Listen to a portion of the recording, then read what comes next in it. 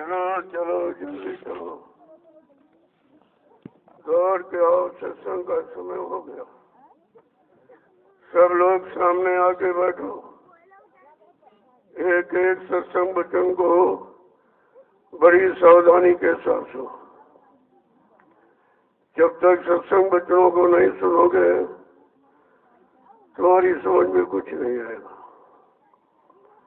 क्योंकि ये संत महापुरुषों के अनमोल वचन जो मानव जीवन को सार्थक बनाने वाले, मानव जीवन को चेतन का रूप देने वाली, चेतन जीवात्मा का उद्धार कराने वाले, इन वचनों को बड़ी सावधानी के साथ सुनना चाहिए। क्योंकि ये वचन कलयुग में जब संत पधारे तो कलयुग में उन्होंने कलयुग के जीवों के लिए ये जारी किया जो किसी युग में नहीं थे, जबकि वो युग अच्छे थे, अच्छी उम्र वाले, मन की ताकत अच्छी और इंद्रियों में संयम त्याग वैराग अच्छा था, खान पान अच्छा, संग सुबोध कर्म सब अच्छे थे। लेकिन यह जीवात्मा को कल्याण कराने वाले संत सदगुरु नहीं आए थे, वो कलयुग में आए। जब कलयुग में आए तो कलयुग के जीवों को ये सौभाग्य मिला। हम सब जीवों को ये सोचना चाहिए, जब ऐसा अवसर मिल गया, ऐसा सौभाग्य, तो हमें आपको अपना काम करा लेना चाहिए। उनके वचनों को सुनकर अपने मन बुद्धि चित्त को पाक साफ निर्मल पवित्र बना देना चाहिए। और जो नाम की कमाई देते हैं, उस नाम की कमाई को आत्मा के घाट पर बैठकर सुबह शाम उसकी अभ्यास करना चाहिए। जब अभ्यास करोगे तो धीरे धीरे धीरे धीरे सब समझ में आ जाएगा। करत करत अभ्यास के जड़मत हो सुजान, सरसरी आवत पास सर पर निशान। जब किसी काम का अभ्यास करोगे तो धीरे धीरे धीरे धीरे वो चीज तुम्हारी समझ में सब आ जाएगी। जैसे करनी में उतरी तो फौरन समझ में आ जाएगा, क्योंकि सुनने और पढ़ने सुनाने से काम नहीं होता, ये करने से काम होता। जब संत महापुरुषों ने कलयुग में दया फरमाई तो उन्होंने करनी में लगाया, कहा संत मत की करनी अलग और काल मत की करनी अलग।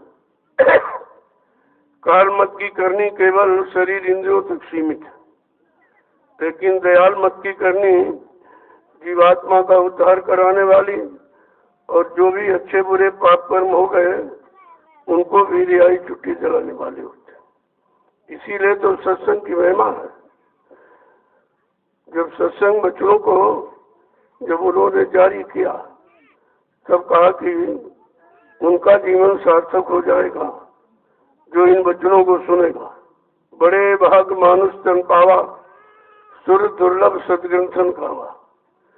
कहते कि उनके बड़े भाग्य हैं जिनको मानो अनमोल मंदिर मिला, और मानो अनमोल मंदिर के जानकार संत सदगुरु मिल गए और उनसे नाम की युक्ति मिल गई, जो यही नाम की युक्ति जीवात्मा को जगाने वाली है और परमात्मा से मिलाने वाली, और जीवात्मा को अपने घर मंडल लोग पहुंचाने वाली है।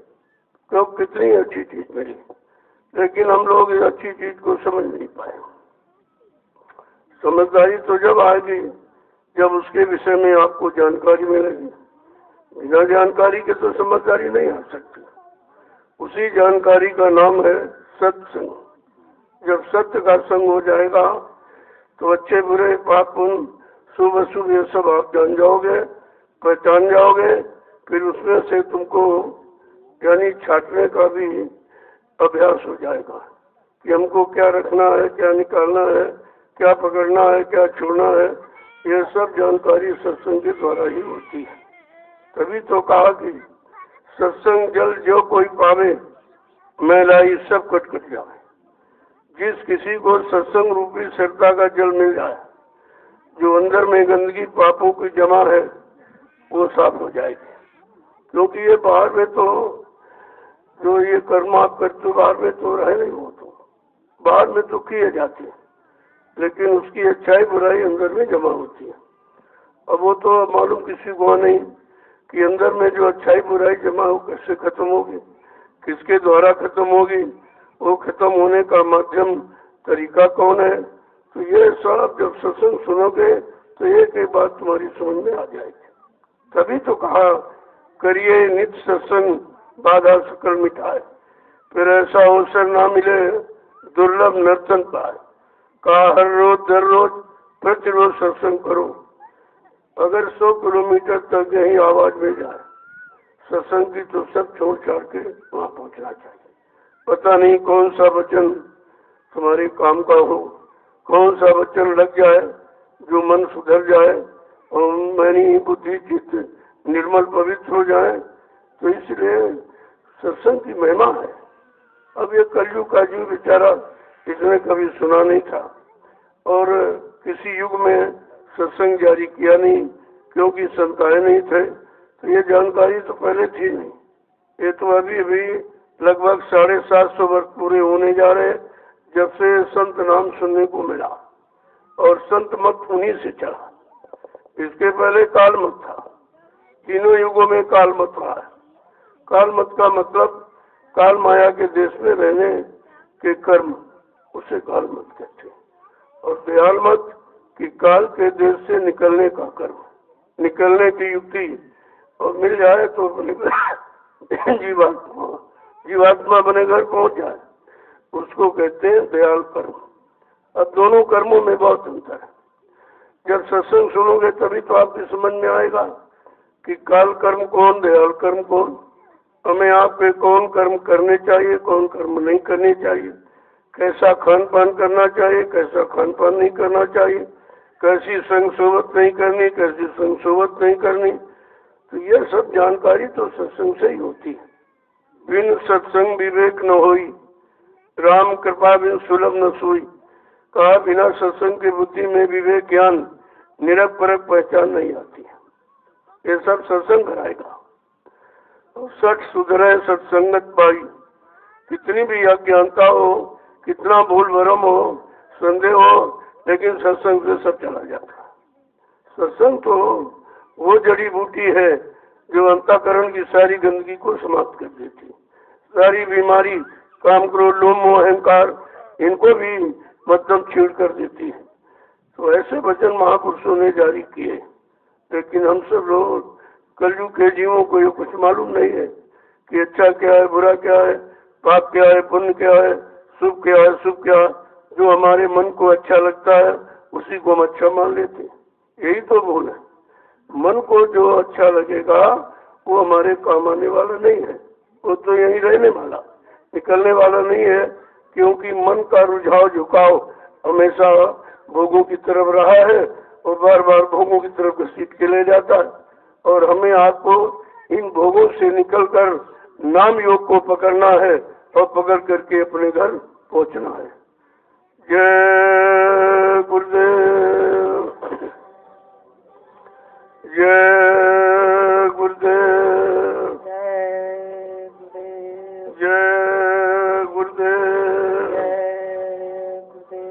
जय गुरुदेव। नाम किसका? प्रभु का। जय गुरुदेव। नाम किसका? प्रभु का। जय गुरुदेव। नाम किसका? प्रभु का। प्रभु का प्यारा नाम। जय गुरुदेव।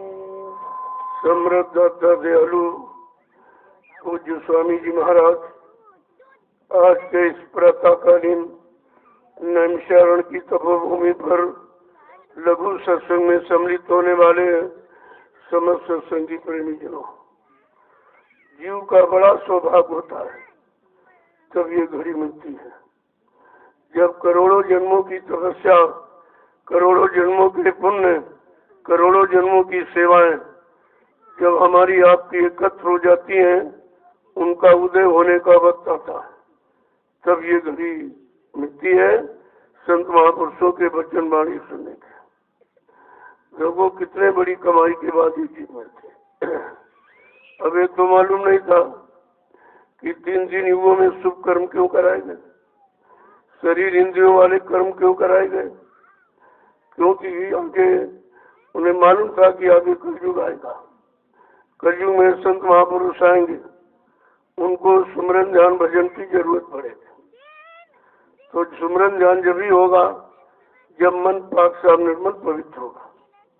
बड़े साफ शब्दों में कहा है, निर्मल मन जन सो मोहि पामे, मोहि छल छिद्र कपट नहीं भावे। कहा मुझको कौन पाएगा? जिसका मन निर्मल पाक साफ पवित्र होगा। वो जाति वाला, कोई रूप वाला, कोई धन दौलत मान सम्मान वाला करो नहीं, जिसका मन निर्मल पाक साफ पवित्र होगा वो मुझे प्राप्त कर सकता है। अब ये तो मन सबके गंदे हैं, तो ऐसे तो कोई नहीं पा सकेगा। जब तक गंदगी नहीं निकलेगी तब तक स्वच्छता पकाई निर्मलता आ नहीं सकती, और जब तक निर्मलता चरित्रता नहीं आएगी तब तक कुछ मिलने वाला नहीं है। तो बड़े साफ साफ शब्दों में इशारा किया कि कहीं जीव भटक न जाए, क्योंकि 3 युगों से तो पहले ही भटका है। अब ये फिर कहीं न भटक जाए और फिर कहीं उसी जड़ की पूजा में न लग जाए, तो ये चेतन पूजा कब करेगा? क्योंकि काम तो चेतन पूजा आएगी, जड़ पूजा तो काम नहीं आएगी। जड़ पूजा इसलिए सिखाई गई थी, ये शरीर जड़ है तो जड़ के जड़ में कहीं फंसने लगने न पावे। लेकिन जड़ पूजा के बारे में नहीं मालूम, हम उसी में फंसे रहे और सारा यानी सारा समाज उसी में फंसा पड़ा है। अब उसको चेतन जड़ का ज्ञान नहीं है। जड़ चेतन ग्रंथि पड़ गई, यद्यप मखा छूटत कठिन। कहा जड़ चेतन की उसने गांठ लगा दी काल माया ने। अब देखिए कितनी होशियारी के साथ उसने काम किया कि चेतन को जड़ से जोड़ दिया और जड़ में फंसा दिया। जब चेतन जड़ में फंस गया तो फिर और कौन निकलेगा? तो कहा कि इस गांठ को कहने खुलेगा कौन? जो जड़ चेतन की गांठ लगा दी, अब ये चेतन जड़ से कैसे निकले, जड़ से छुटकारा कैसे पावे? तो कहते हैं छोरन ग्रंथि पाए जब कोई, तब यह जीव करतारत हुई। अगर किसी से जड़ चेतन की गांठ खुलने की युक्ति मिल जाए, कहते वो समय के संत सदगुरु से मिलेंगे, और ये गांठ कोई नहीं खोल सकता। जितने आए पिछले युगों में वो भी तो इसी गांठ में बने रहे, चाहे ऋषि हो, चाहे मुनि हो, चाहे योगी महर्षि ब्रह्मचारी हो, या कोई अवतारी शक्ति हो, या कोई ज्ञानी ध्यानी विज्ञानी हो, ये सब के सब इसी जड़ की गांठ पे बने रहे और निकल नहीं पाए, क्योंकि निकालने वाले संत सदगुरु आए नहीं थे। जब निकालने वाला आया नहीं तो निकालेगा कौन? वो तो कलयुग में गया थी उन्होंने, और कलयुग हम सब जीव उनको समझ नहीं पाए। आए लेकिन हम समझ नहीं पाए और उनसे अपना काम नहीं बना पाए।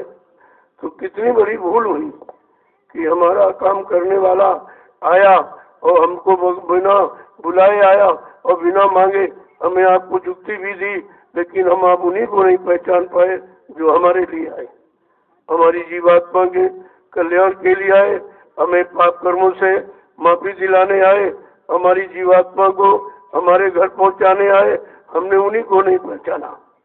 ये कितनी बड़ी भूल है। का पहचान कैसे होगी?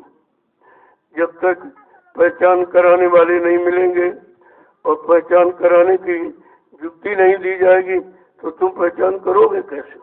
कि हमको तो पहचान काल के सामान की, दयाल के सामान की तो पहचान है नहीं, काल के सामान की पहचान है। इसीलिए बार बार मन काल के सामान की तरफ जाता है, सामान को मांगता रहता है, उसी के बारे में निरंतर प्रयास प्रयत्न सब क्या करता है।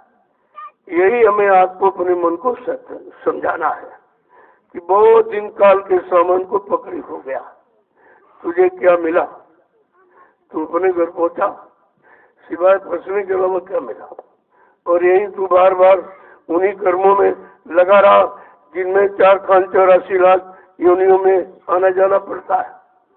तो 4 खान उसने बनाए, स्थावर उस्मत कंडोजोत मंडल और 84 लाख योनियां बनाई। और देखिए कितना कर्मों का विधान जटिल है। ये सब बनाया किसी ने? हमें आपको फंसाने के लिए। इस तरह से तो फंसेगा नहीं है, क्योंकि पहले जीवात्माएं आती थी जाती थी, क्योंकि पाक साहब निर्मल पवित्र थे। यहाँ कोई कर्म यहाँ का किया नहीं था, एकदम पाक साहब निर्मल थी। तो आ गई फिर चली गई, आ गई फिर चली गई। काल ये देख रहा है कि ये तो अपनी इच्छा से आ जा रही, फिर हमारी तपस्या का मतलब क्या? जो हमने घनघोर तपस्या की है सत्पुरुष की, और उसी से वरदान हमको मिला था जीवात्माओं के भंडार का, और ये अपनी इच्छा से आ जा रही। तो फिर से उसने हम सब जीवात्माओं को रोकने और फंसाने के लिए कर्मों का विधान बना दिया। पहले तो कर्मों का विधान था नहीं, तो आती थी जाती स्वतंत्र थी। जब कर्मों का विधान बन गया तो आपने उस कर्मों का अनुभव करने के लिए कभी अच्छा किया, कभी बुरा किया, कभी पाप किया, कभी पुण्य किया, कभी सुख किया, कभी अशुभ किया। इसी पाप पुण्य कर्मों की बेड़ी में हम आप करके खुद फंस गए। किसी ने फंसाया नहीं है, कर किया हमने, तो अपनी करनी से तो हम फंसे, लेकिन फंसाने का उसने जाल जरूर बनाया। क्योंकि जाल अगर न बनाता तो उसका राज्य नहीं चलता, न कोई जीवात्मा फंसती, न यहाँ कोई रहती, न उसका हुकूमत, उसका राज कोई चलता। तो उसने अपना काम ये करने के लिए, अपना लाभ और अपना शासन प्रशासन यानी चलाने के लिए उसने ये व्यवस्था बनाई। इसी व्यवस्था में हम लोग कितने दिनों से फंसे पड़े हैं। 3 युग निकल गए, सतयुग, त्रेता, द्वापर, 5500 वर्ष कलयुग के भी निकल गए, कुछ नहीं मिला, ऐसे फंसे पड़े रहे। जब देखा कि सारी रूहें फंस गई, सारी जीवात्माएं फंस गई, कोई वापस लौट के नहीं आई, तब लाग दया कोमल चित्संता, तब संतों के हृदय में दया उठी। उन्होंने अपना सत्यलोक मंडल छोड़कर इस काल माया के देश यानी मृत्युलोक मंडल में हम सब जीवात्माओं को फंसा देकर लेने के लिए आ गए। कितनी हमदर्दी! पहले तो कोई आया नहीं लेने के लिए, जो आए वो बेचारे सब फंसे रहे और फंसाने का काम करते रहे। हम लोग समझ नहीं पाए कि ये खुद फंसे हैं और हमको फंसाने का काम करेंगे, तो हम ये समझ ही नहीं पाए जो उन्होंने बताया, सिखाया, कराया, हम लोग सब उसी में लग गए और फंस गए। अब कितना समय निकल गया, तब सदगुरु दाता दयालु ने कृपा दया मेहरबानी की, अपनी सुरतो रूहों को काल माया के देश से कर्मों के जाल में जो फंसी थी उनको निकालने के लिए उनको घर पहुंचाने के लिए आ गया। तब उनको परिचय देना पड़ा, क्यों परिचय न देते फिर भी हम नहीं समझ पाते ये हमारे लिए कौन आया, हमारे देश से मोह मंडल से कौन आया, हमें लेने के लिए कौन आया।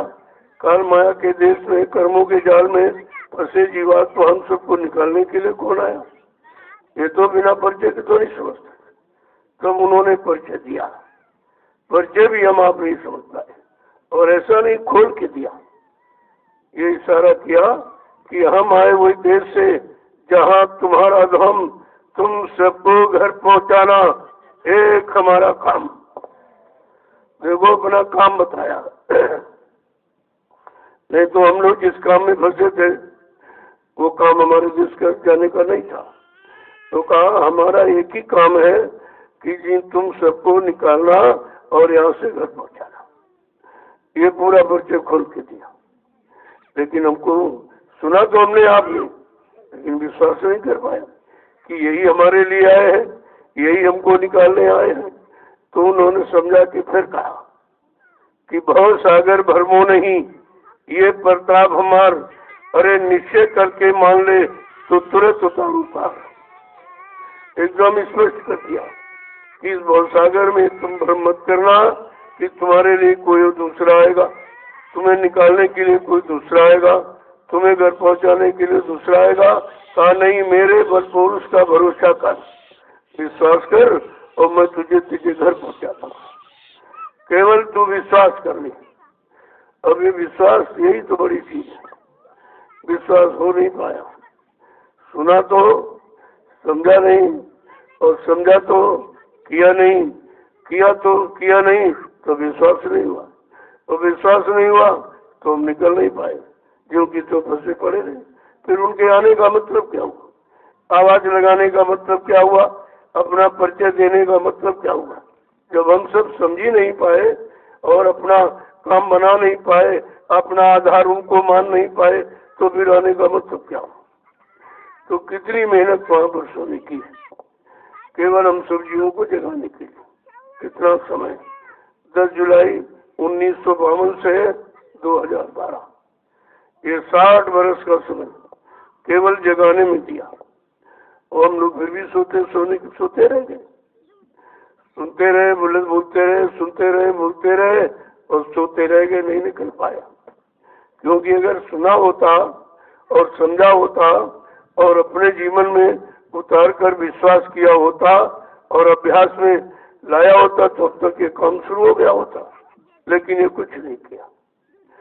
तो ये कहने का मतलब ये है, एक तो कोई यहाँ आया नहीं हम सब जीवात्माओं के लिए, और न किसी ने ऐसी आवाज लगाई, न किसी ने इस तरह का अपना परिचय दिया।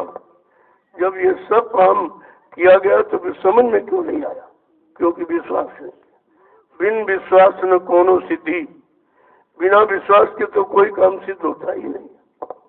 और विश्वास सबसे बड़ी चीज है, और विश्वास होना इतना आसान नहीं है, क्योंकि हम लोग अंधविश्वास को विश्वास मान बैठे।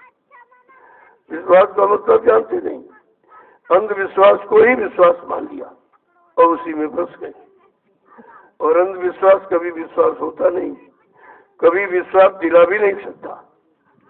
तो ये सब जानकारी कैसे हुई, क्यों दी गई, किस काम के लिए दी गई, तो हम आप किसी से कोई चीज कैसे प्राप्त करेंगे? कहा दीनता से। प्रार्थना, अर्चना, वंदना ये क्यों की जाती है? कि उनकी दया में, उनकी कृपा हो जाए, तो खुश हो जाए और हमको ये चीज दे दे। जैसे बाहर में शरीर के लिए कोई चीज चाहते हो तो किसी से, तो दीनता, लड़ाई झगड़े से थोड़ी मिलेगी। बड़े दीन भाव में बड़ा प्रेम करके उसके आदेश हुक्म का पालन करके तभी आप कोई चीज प्राप्त कर पाते हो। इसी तरह जब अध्यात्म को प्राप्त करना होता है तो संत महापुरुषों के चरणों में शरण में जाकर उनसे भी दीनहीन बन करके प्रार्थना ही करनी पड़ती है। जब अंदर से प्रार्थना करोगे तो अंदर का काम होगा। ये बाहर से जो चिल्लाते हो, आवाज लगाते हो, ये अंदर की पुकार नहीं है। वो तो चुपचाप आत्मा के घाट पर बैठकर जब आत्मा विरह वेदना से मालिक को याद करती है, मालिक की पुकार लगाती है, तो ऐसा है कि तुरंत सुनता है और सुन करके हमारी आपकी फरियाद तुरंत मतलब दया करता है। लेकिन हम सब जीव कैसे पाएंगे? तो इशारा करके महापुरुषों ने प्रार्थना करना भी सिखाया, क्योंकि वो भी हमें आपको नहीं मालूम था कि हम प्रार्थना का मतलब क्या है।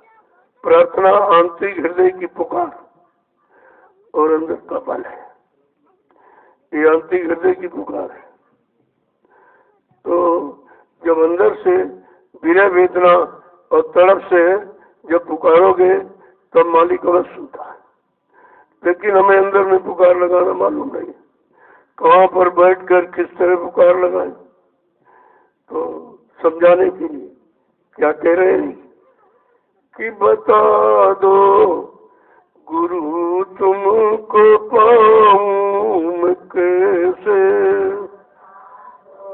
गुरु तुमको पाऊं मैं कैसे, बता दो प्रभु तुमको पाऊं मैं कैसे, बता दो प्रभु तुमको पाऊं मैं कैसे, विमुख हो के सन्मुख अब आऊं मैं कैसे, विमुख हो के सन्मुख अब आऊं मैं कैसे, विमुख हो के सन्मुख अब आऊं मैं कैसे, विमुख हो के सन्मुख अब आऊं मैं कैसे, बता दो प्रभु तुमको पाऊं मैं कैसे, बता दो प्रभु कैसे पूछ रहा है कि हम तुमको कैसे पाओ, कौन सा यत्न है, कौन सा उपाय है, किस उपाय से हम तुमको प्राप्त करें। बड़ी दीनता के साथ जब ऐसे दीन भाव से पुकार लगाओगे तो मालिक सुनता है। वो दयालु है, दया करने ही आए हैं और दया करके ही जाएंगे, लेकिन हम उसे दया कैसे प्राप्त करें। तो कहे ये बता दो मैं तुमको कैसे पाऊं, तुम कैसे मिलोगे, रुपए पैसे धन दौलत से, कोई सामान से मिलोगे। कहते नहीं, निर्मल जन मन सो मोह पावे, मोह चर्चित कपट में भाव। और ये मन गंदा है, ये पाक साफ निर्मल की भी साबुन से पानी से तो हो नहीं सकता, इससे यह पाक साफ नहीं होता है। कहा कि इसकी गंदगी कैसे उतरेगी। कहा कि सत्संग जल जो कोई पावे, मैलाई सब कट कट जाए। किसी को सत्संग रूपी सत्ता का जल मिलता है तो उससे ये मन की गंदगी खत्म हो सकती है, क्योंकि मन अंदर में है, आत्मा भी अंदर में। हम सफाई बाहर में करते रहते, वो भी इस चमड़े खोल की सफाई करते। ये शरीर चमड़े का खोल है, इसी खोल के अंदर जीवात्मा मन बैठे हुए, गंदगी तो अंदर जमा हुई, हम सफाई बाहर करते रहते। हमको ये भी नहीं मालूम है कि जो कर्मों की गंदगी कहाँ पर जमा और कैसे खत्म होगी, उस खत्म करने की युक्ति क्या है, ये भी तो मालूम नहीं है। तो बड़े आधीनी से पूछ रहे, कह रहे कि बता दो प्रभु तुमको पाऊं कैसे, बता दो प्रभु तुमको पाऊं मैं कैसे। विमुख हो के सन्मुख अब आऊं कैसे, विमुख हो के सन्मुख अब आऊं मैं कैसे। क्योंकि हम सब मनमुखी हैं, मन की तरफ हमारा मुंह देखते रहते कि मन क्या चाह रहा है, क्या मांग रहा है, और मतलब यानी किधर तरफ ले जा रहा है, हम उसी की मांग। उससे हम विमुख कैसे हो, उससे अलग कैसे हो जो तुम्हारी याद करे। हम तो मन के अनुसार मन की चाहत करेंगे, उमंगों को पूरा करने के लिए हमेशा प्रयास करते रहते, उससे तो कोई काम बना नहीं, बल्कि मन और खराब हो गया। जब निरंतर उसकी प्यास बुझती रही, उसका मनमाना सामान मिलता रहा, हम लोग उसी के प्रयास प्रयत्न में लगे हैं, तो कहते ये हम इससे विमुख कैसे हो। और जब तक मन से विमुख नहीं होंगे आपको प्राप्त नहीं कर सकते, क्योंकि जब गुरुमुखी होंगे तो गुरु को प्राप्त करेंगे, और मनमुखी हम हैं तो मन के सारे पर चल रहे हैं। लोगों किस तरह की प्रार्थना और वेदना है, आगे समझा के क्या कह रहे हैं कि विषय वासनाएं निकलती नहीं है, विषय वासनाएं निकलती नहीं है, विषय वासनाएं निकलती नहीं है, विषय वासनाएं निकलती नहीं है। ये चंचल चपल मन मनाऊं मैं कैसे, ये चंचल चपल मन मनाऊं मैं कैसे। ये चंचल चपल मन मनाऊं मैं कैसे, ये चंचल चपल मन मनाऊं मैं कैसे। बता दो प्रभु तुमको पाऊं मैं कैसे, बता दो प्रभु तुमको पाऊं मैं कैसे। विमुख हो के सन्मुख अब आऊं मैं कैसे, विमुख हो के सन्मुख अब आऊं मैं कैसे। क्या मेरा मन वासनाओं से, विषय वासनाओं से भरा हुआ है, और वो निकल नहीं पा रहे हैं, क्योंकि निकलने का रास्ता मालूम नहीं है। निरंतर और वासनाएं नई नई उमंगे तरंगे उठती रहती है, आप अब ये बता दीजिए इन वासनाओं को मैं कैसे निकालूं, क्योंकि ये मन चंचल है, इसे मनाना बस की बात नहीं।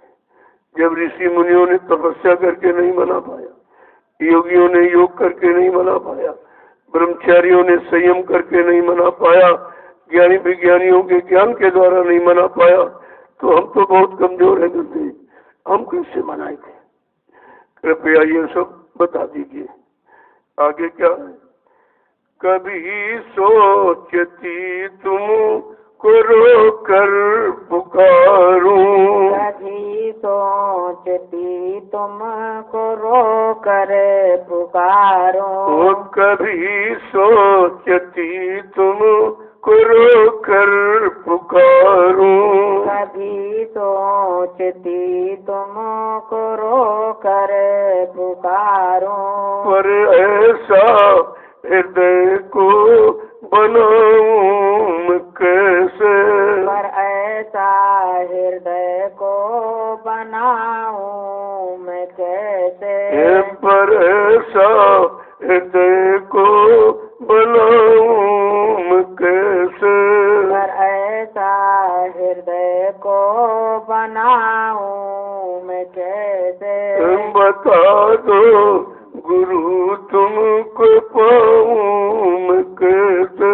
बता दो गुरु तुमको पाऊं मैं कैसे, विमुख हो के सन्मुख अब आऊं मैं कैसे, विमुख हो के सन्मुख अब आऊं मैं कैसे। ऐसे मन में तरह तरह के भाव उठते। कभी ये विचार करती हूँ कि रोके पुकारो, क्या रोने से आप मिल जाओगे, आंसू गिराने से मिल जाओगे, लेकिन पर ऐसा हृदय को बनाऊं कैसे? ये तो पापों से भरा है, गुनाहों से भरा है, यानी मतलब हम इसको बादशाह निर्भुल कैसे बनाए? क्योंकि तरह तरह की वासनाएं, तरह तरह की उमंगें, चाह, ये सब भरी पड़ी है। अब ये गंदगी इतनी भरी पड़ी है, तो इस गंदगी में अच्छाई को कैसे बैठाऊं, कैसे अंदर समावेश करूं उसका? देखो इस तरह से एक ही वचन को कैसे पूछ रही है। यही है सच्ची पुकार। कहा हमको ये बता दीजिए कि मैं आपको कैसे पाऊं। जब तक आप नहीं मिलोगे तो रास्ता नहीं मिलेगा, रास्ता नहीं मिलेगा, जानकारी नहीं मिलेगी, तो हम चलेंगे किधर? और चलेंगे नहीं तो हम पहुंचेंगे कैसे? आगे समझा के क्या? देखो किस तरह के भाव कि प्रबल है अहंकार साधन न संयम, प्रबल है अहंकार साधन न संयम, प्रबल है अहंकार साधन न संयम, प्रबल है अहंकार साधन न संयम। एक एक वचन को, एक एक कमी को, दोष को कैसे समझा के बताए, और ये सब हमारे अंदर हो रहा था। इसीलिए हम उनको अंतर्यामी कहते हैं। हमारे अंदर के सब भाव विचारों को जानते हैं। जो सब जानता है उससे आप छिपा क्या सकते हो? जो सब कुछ जानता है उसे तुम बताओगे क्या? वो तो दोनों चीजें। लेकिन फिर अब अंदर में कैसे कैसे विकार भरे हैं, वो सब खोल के कह रहे हैं कि वो सबको देख रहे हैं। हम आप उनको नहीं देख रहे, उनको नहीं समझ रहे, नहीं हम सबको देख रहे हैं, और हम सबके अंतःकरण को भी देख रहे हैं कि कैसे कैसे दोष, कैसे कैसे अवगुण, कैसे कैसे गंदे कर्मों की गंदगी भरी है। तो कहते हैं पहली बात तो अहंकार प्रबल है, ये समझने नहीं देता, ये आपके पास आने नहीं देता, आपके पास बैठने नहीं देता, आपके वचनों को सुनने नहीं देता है। कहा कि प्रबल है अहंकार साधन और संयम। अब कोई संयम तो है नहीं कि हम इसको रोक सके, इसका कोई उपाय कर सके। इस मन को जो इतना गंदा हो गया है भोगों की गंदे रस की क्षणिक गंदगी ले लेकर इतना गंदा हो गया है, और कोई संयम, कोई हमारे पास उपाय, कोई निदान तो है नहीं कि भी आगे समझा के क्या करें। ये अज्ञानता अपनी हम कैसे मिटाएं, और वो यानी शुद्ध ज्ञान, वो पाक साहब निर्मल आत्मज्ञान, शब्द ज्ञान जो आपका है, वो हम कैसे धारण करें, उसको कैसे प्राप्त करें, ये बता दीजिए। गुरु की हम सब आपको कैसे पाए? जब तक आप नहीं मिलोगे तब तक ज्ञान नहीं होगा, ज्ञान नहीं होगा, जानकारी नहीं होगी, जानकारी नहीं होगी तो हम चलेंगे कैसे, और चलेंगे नहीं तो पहुंचेंगे कैसे? एक एक वचन को किस तरह से क्या कह रहे थे कि कठिन मोह माया मैं अतिशय भ्रमित हूँ। कठिन मोह माया मैं अतिशय भ्रमित हूँ। कठिन मोह माया मैं अतिशय भ्रमित हूँ। कठिन मोह माया मैं अतिशय भ्रमित हूँ। गुरु बिन दया पार पाऊँ मैं कैसे? गुरु बिन दया पार पाऊँ मैं कैसे? गुरु बिन दया पार पाऊँ मैं कैसे? गुरु बिन दया पार पाऊँ मैं कैसे? बता दो प्रभु तुमको पाऊँ मैं कैसे? बता दो प्रभु तुमको पाऊँ मैं कैसे? विमुख हो कि सन्मुख अब आऊँ मैं कैसे? विमुख हो कि सन्मुख अब आऊँ मैं कैसे? देखिए किस तरह से अधीन होकर, आत्मसमर्पित करके किस तरह से प्रार्थना करनी चाहिए। एक एक चीज को बड़ी समझने की जरूरत है। कह रहे कि दूसरा तो कठिन ये है कि मोह माया का जाल है। हम इस मोह के जाल में इतना फंसे कि निकल नहीं पाते। जो पराया है उसको अपना मान बैठे, जो अपना है नहीं उसी को कहते हैं कि मेरा है, मेरा है, मेरा। जो हमको अपनी आने की स्थिति भूल गए कि माँ के गर्भ से हम सब नंगे और अकेले आए थे। कोई सामान लेके नहीं आए, कोई रिश्ता नाता लेके, कोई बाल बच्चे पति बच्चे लेकर, कोई जमीन मकान दुकान लेके नहीं आए थे। कहते हैं कि जब लेके नहीं आए तो हमारा हो कैसे सकता है? अब किसी ने दे दिया तो हमने उसका प्रयोग कर लिया। तो प्रयोग सदप्रयोग करते रहते तहाँ तक ठीक था, हमने उसका दुरुपयोग किया। शरीर का भी दुरुपयोग किया, जो जो सामान दिया सबका दुरुपयोग किया। ये तो सजा और अलग से बन गई। एक तो शरीर किसी ने मिला वो काम भी नहीं किया, और बल्कि जो दिया हुआ सामान उसको गंदा किया, तो सजा के सिवा कुछ किया ही नहीं है। तो समझा कि क्या दे रहे हैं? कठिन मोह ज्यादा में से भ्रमित हूँ। ये भ्रम अंधकार क्यों हुआ कि हम सब कठिन मोह के जाल में फंस गए। मोह सकल व्याधन कर मूला, संपूर्ण व्याधियों दुखों की जड़ है मोह। तो ये जाएगा कैसे? कोई सामान, कोई जड़ी बूटी है इसकी, कोई दवा बनी है? कहते कि बिन सत्संग न हो मोह भंगा, बिना सत्संग के ये मोह खत्म नहीं हो सकता। अब सब आधार सत्संग ही मिल रहा। हमारे जीवन का सारा आधार संत वचन ही है। जब उन वचनों को सुना नहीं, समझा नहीं, माना नहीं, जीवन में उतारा नहीं, तो लाभ मिलने का तो प्रश्न नहीं होता है। लाभ तो जब मिलेगा जब हम किसी काम को करेंगे, तभी हम अच्छा बुरा लाभ हमें आपको मिल सकेगा। तो कैसे कहते हैं कि इतना भ्रमित हूँ, इतने युग निकल गए इसी भ्रम में फंसे फंसे, क्योंकि निकालने वाला, भ्रम को दूर करने वाला मिला नहीं। और कहते वो कौन है जो इस सब भ्रम से संदेश हमें दूर करेगा। कहते बिना सदगुरु की दया पार पाऊं कैसे, उनकी बगैर दया के हम इससे छुटकारा नहीं पा सकते, हम इससे अलग नहीं हो सकते। बिन गुरु भवनी तरह कोई जो विरंच संघर्ष हुई।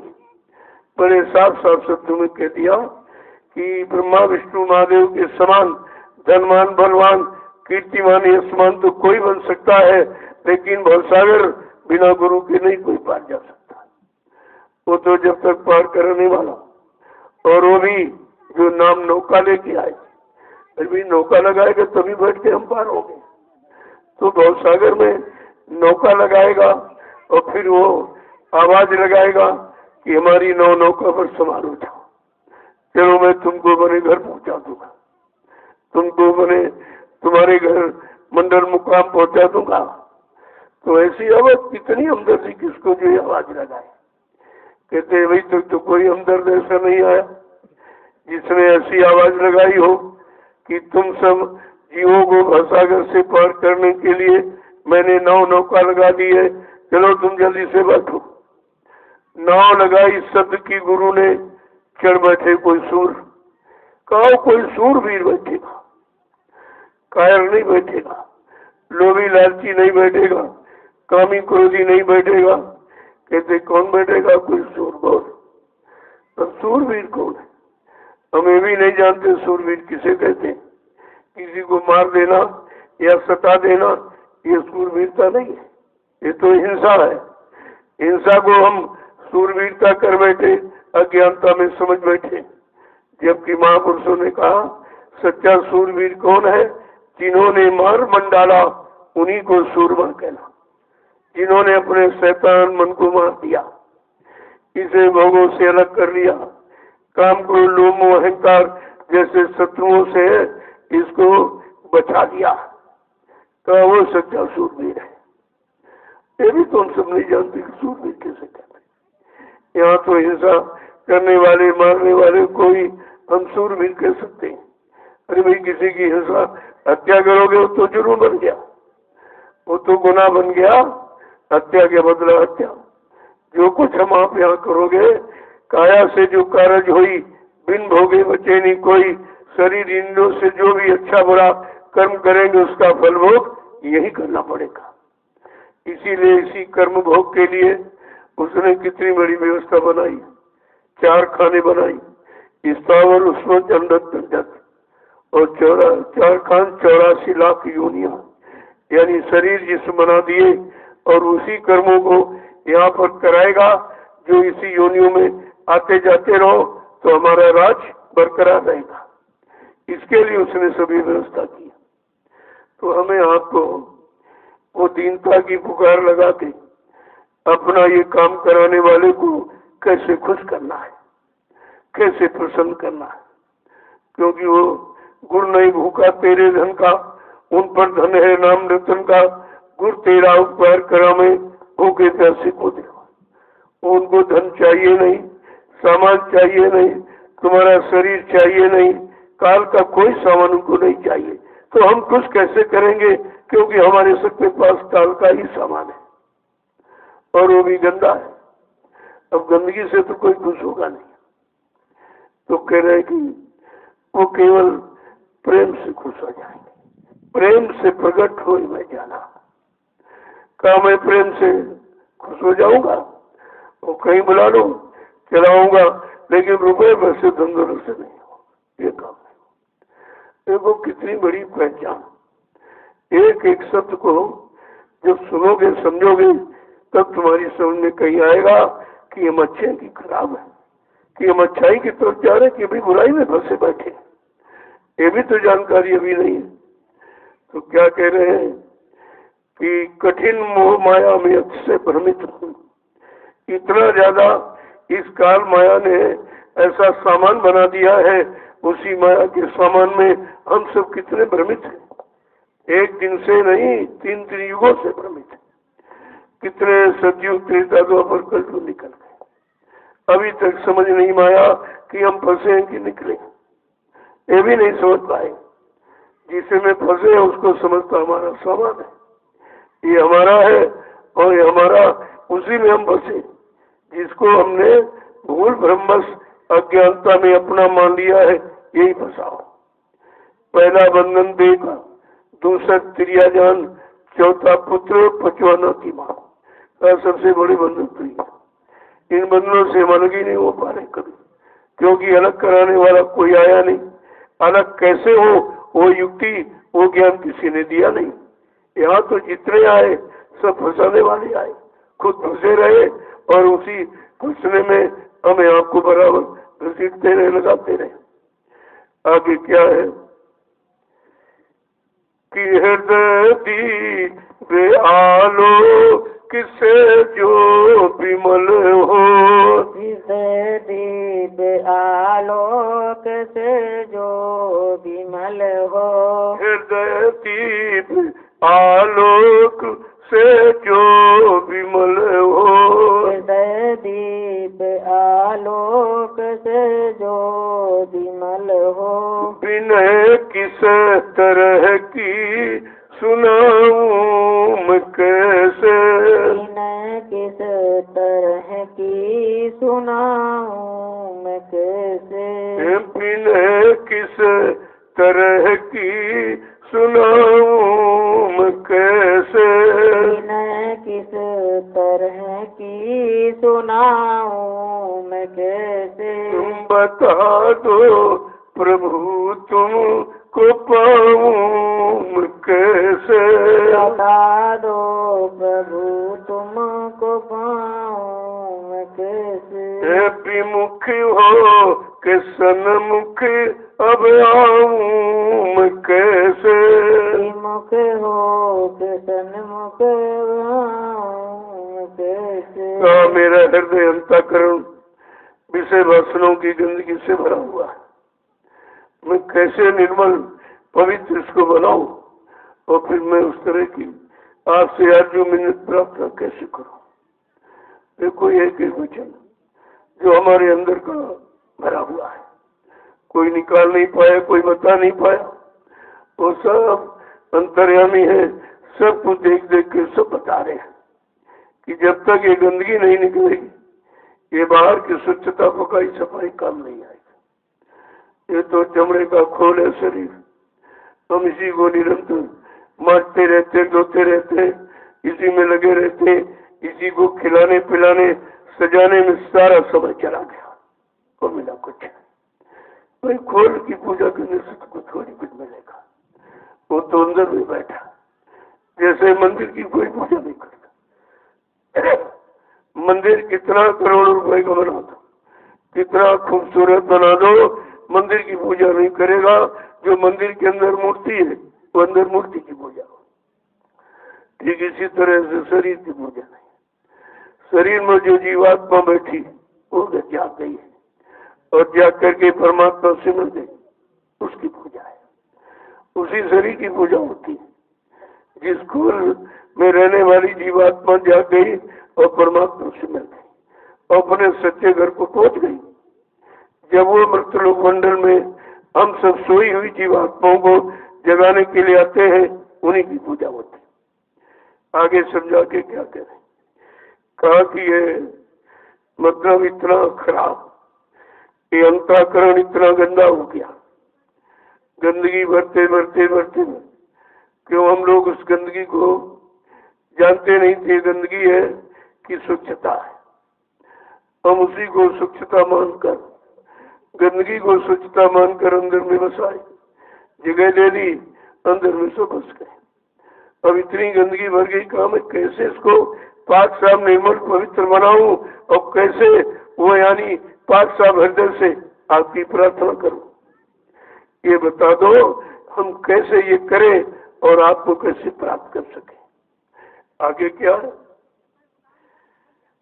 कि दया में तुम ही मुझे पतित को संभालो, दया में मुझ पतित को तुम, दया में तुम ही मुझे पतित को संभालो, दया में तुम्ही मुझे पतित को संभालो। मैं कितनी पतित हूँ बताऊं ये कैसे। मैं कितनी पतित हूँ बताऊं मैं कैसे। मैं कितनी पतित हूँ बताऊं ये कैसे। मैं कितनी पतित हूँ बताऊं ये कैसे। बता दो प्रभु तुमको पाऊं मैं कैसे। बता दो प्रभु तुमको पाऊं मैं कैसे। विमुख हो के सन्मुख अब आऊं मैं कैसे। विमुख हो के सन्मुख अब आऊं मैं कैसे। कह रही तुम तो दयामय हो, तुम दाता दयालु हो, तुम हमारी इस गंदगी को सब जानते हो। हम अगर छिपाएं तुम तभी जान जाओगे। इसीलिए कहा भली बुरी खोटी खरी गुरु आगे सब खोल। जो सब कुछ जानता उससे तुम छिपाई क्या सकते हो। जो सब कुछ देख रहा हर पल घड़ी तो उसे तुम बताओगे क्या। लेकिन हम अज्ञानता बस बताते भी रहते हैं। हमें तो मालूम नहीं कि सब जानते हैं। इनको सब बता दूं और जो बताना चाहिए उसको छिपाते रहते हैं। अवगुणों को गंदगी को हमेशा छिपाते हैं। जब गंदगी को छिपाते रहोगे तो ये गंदगी निकलेगी कैसे। कहते नहीं जो सब कुछ जानता है, कहना भली बुरी खोटी खरी गुरु आगे सब खोल। सब खोल के कह दे वो सब जानते हैं। जब तुम अपने गुनाहों को कहोगे खोल करके मैं बहुत गुनहगार हूँ, बहुत पापी हूँ, तो दया कर देंगे। दया करने की अपनी गलती को स्वीकार कर रहा। हम अपनी गंदगी को गंदगी मानते नहीं, अपनी गलती को गलती नहीं मानते, अपने गुनाह को गुनाह नहीं मानते। सबसे बड़ी तो कमजोरी है। इसी कमजोरी के कारण हम पाक साहब निर्मल पवित्र नहीं हो पाए और अपनी सच्ची फरियाद और पुकार मालिक के तक सुना नहीं पाए। क्या करें आगे तुम कि मैं कितनी पतित हूँ, मैं कितना गुनहगार हूँ, कितना पापी कुकर्मी हूँ, ये मैं कहाँ तक बखान करूँ। ये भी कहने की जरूरत नहीं, तो सब जानते हैं। जो जन्म जन्मांतर के पापों को ढेर को जो जलाने आया, खत्म करने आया, उससे गुनाह भी बताने की क्या जरूरत। लेकिन जब गुनाहों को बताने लगोगे तो ये मन ढीला हो जाए। इसका गरूर गुमान घमंड जब ही उतरेगा जब इसकी कमियां खोल के रखोगे। ये झूठा अहंकार करता है, इसमें बहुत कमी है, बहुत गुनहगार, बहुत पापी है। जब इस तरह का बखान करोगे तो ये ढीला हो जाएगा। जब ये ढीला हो जाएगा तभी ये भजन में लगेगा। ऐसे भजन में लग नहीं सकता। इतना गरूर गुमान इस पर भरा हुआ है, तरह तरह का झूठा। यही काल माया के सामानों का, काल माया के भोगों का इतना गरूर गुमान घमंड भरा हुआ है। इसीलिए ये सदगुरु के वचनों को सुनता नहीं, सुन करके विश्वास नहीं करता और विश्वास करके अपने में उतार नहीं पाता और अपनों को उसको चला नहीं पाता। जब चला नहीं पाए तो फिर चलेगा कैसे, जाएगा कैसे। देखिए एक एक कमी को, एक एक दुर्गुण को कैसे कैसे बखान कर रहा है कि मतलब हमारे में ये, हमारे में ये, हमारे में ये कमी, हमारे में ये कमी। जब सब कमी ही कमी तुम आगे सामने रख दोगे तो अपनी सफाई सब होगी। कमी बाहर निकल आई तो अंदर में सफाई हो गई। लेकिन कहने से नहीं, करने से, केवल कहने से, रोने से, बनावटी आंसू निकालने गिराने से कुछ नहीं होगा। वो तो बिरेक आंसू है। वो बिरेक आंसू तो किसी किसी के निकला, जैसे मीरा के निकला उससे जो भाई को निकला। कबीर, नानक, पलटू, रविदास जितने आए सब ने बिरेक आंसू गिरा कर ही उस मालिक को प्राप्त कर पाया। तभी कहा हंसी हंस कंठ न पायो, जिन पायो तिन रोए, और हाथ से खेले फिर मिले तो कौन सुहागन हो। प्रेम रोए नहीं पाई और साहब का दीदार का, बिना बिरेक आंसू गिराए मालिक मिलता ही नहीं।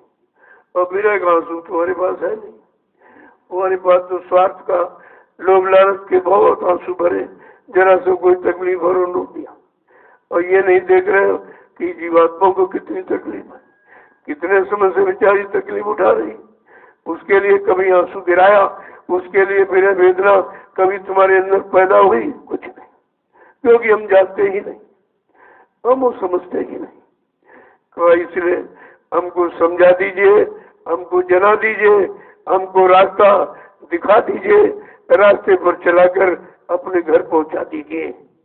ये सब काम आपके द्वारा होगा। हे मालिक, हे प्रभु, हे समृद्धदाता दयालु, ये काम आपके सिवा कोई नहीं कर सकता। इस धरती पर कोई करने वाला नहीं। जिनको हमने अपना बनाया वो सब सपना हो गया, सबने साथ छोड़ दिया, सब बिना बताए यहाँ से।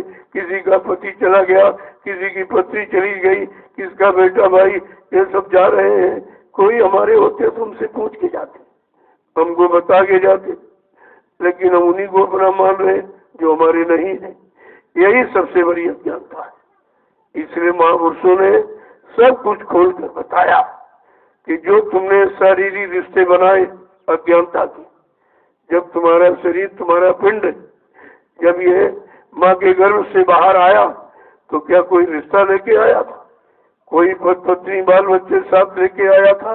कोई जमीन दुकान मकान धन दौलत रुपए पैसे, कोई जात बिरादरी, ये सब साथ लेके आया था? का बिल्कुल खाली और नंगा आया था। नंगे का मतलब कुछ नहीं लेके आया, कोई किसी तरह की बनावट दिखावट सजावट नहीं थी, नंगा पैदा होता। और जब यहाँ से जाएगा फिर नंगा करके भेज दिया जाएगा, फिर भी नंगा करके, क्योंकि जब आप नंगे आए थे तो नंगे ही जाओगे। बीच में सामान मिल गया तो वो किसी ने दिया, उसको हमने अपना मान लिया और उसने तो फंसाने के लिए दिया। अगर ये सामान न दिया होता तो हम सब फंसते नहीं, अगर फंसते नहीं तो उसका राज कैसे चलता? अपना राज चलाने के लिए उसने हमें आपको ये सामान दिया, जिस सामान को हमने भूलवश अज्ञानतावश अपना मान लिया। अरे भाई, तुम्हारा हो तो तुम्हारे साथ जाना चाहिए, कोई मकान दुकान तुम्हारे साथ नहीं, ये शरीर भी तुम्हारे साथ नहीं गया, इसको भी यही जला दिया गया, राख कर दिया गया। जब शरीर साथ नहीं जाएगा और शरीर के लिए जो भी सामान आपने इकट्ठा किया तो ये कैसे साथ जाएगा? और शरीर के लिए जो भी रिश्ते नाते आपने जोड़े तो ये कैसे साथ जाएंगे? ये सब यही छूटने वाला। अब ये है संत सत्संग के द्वारा, संत महापुरुषों की दया कृपा मेहरबानी के द्वारा हम इसे समझ लें और समझ करके अपना काम निकाले, इनका कर्म कर जा, उसका निपटा दे और अपने घर को चले। ये काम है, ये कर्म कर जा, ये सब है। तो हम नंगे केले आए थे तो ये सब साथ जोड़ा क्यों गया? कहीं पत्नी रूम में आ गई, कोई पति रूम में आ गया, कोई बेटा बेटी के रूम में आ गया, कोई भाव बहन के, कोई अचानक दरवाजे आ गया। ये सब लेन देन ही है। इसी कर्म कर्जे के निपटाने के लिए ये शरीर मिला था और वो भी नहीं हुआ। कर्म कर्जा पहले वाला निपटा नहीं और लाद हो रहे, इनका ले लिया, उनका ले लिया, छीन लिया, झपट लिया, चोरी कर लिया, मतलब यानी धोखा दे दिया।